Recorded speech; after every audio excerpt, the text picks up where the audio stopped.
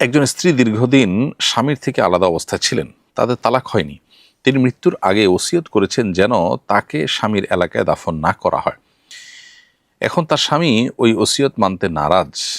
এই অবস্থায় ইসলামের দৃষ্টিতে দাফনের ক্ষেত্রে তার কার কথা অগ্রাধিকার পাবে, স্ত্রীর করা ওসিয়ত নাকি স্বামীর সিদ্ধান্ত?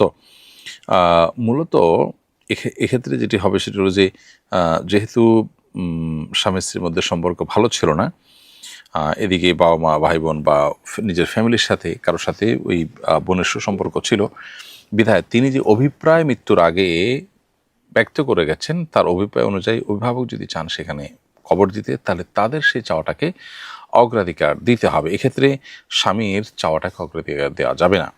মৃত্যুর পর বাবা বা ভাই তারাই মূলত ওই মৃত ভদ্রমহিলার অভিভাবক হিসাবে বিবেচিত হবে। আমার কাছে অল্প টাকা আছে, এখন আমার চিকিৎসা করা দরকার, আবার কোরবানিও ওয়াজিব। চিকিৎসা করলে আর কোরবানি করার টাকা থাকবে না, কি করব?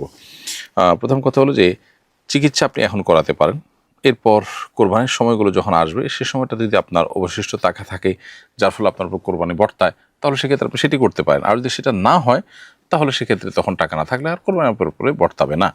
কোরবানি করবেন সেজন্য টাকা ধরে রাখতে আপনি বাধ্য নন, বরং ট্রিটমেন্ট করবেন আপনি, যেহেতু সেটা এই মুহূর্তে প্রয়োজন বা সেটার অনেক নিড রয়েছে। এরপরে প্রশ্ন হলো, আমার বাড়ি খুলনায়, আমি সেখানেই থাকি। ঢাকায় আমার একটি ফ্ল্যাট আছে। আমি ব্যবসার কাজে প্রতি মাসে ঢাকায় আসি এবং দু একদিন থাকি। ঢাকায় থাকা অবস্থায় কি নামাজ কসর করব নাকি পরিপূর্ণ করব?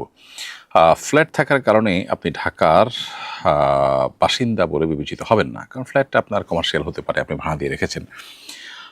বরং আপনার সেখানে বসবাস যদি এমন হয় যে ফ্ল্যাটটাতে আপনার নিজস্ব অ্যাকোমোডেশন আছে, আপনার থাকার বন্দোবস্ত আছে এবং সেটা আপনার থাকার জায়গা হিসেবে আপনি যখন আসেন ইউজ করেন, তাহলে এটা আপনার এটা ঠিকানা হিসাবে ধরা হবে এবং এর ফলে আপনি এখানে পুরো নামাজ পড়বেন।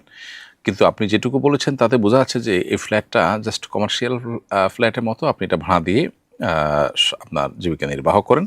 তাহলে সেক্ষেত্রে আপনি এখানে মুকিম হিসাবে বিবেচিত হবেন না, বরং 1-2 দিনের জন্য ঢাকায় আসলে খুলনা থেকে আপনি মুসাফির হিসাবে এখানে কসরের নামাজ পড়বেন এবং কসর আপনার জন্য প্রযোজ্য হবে।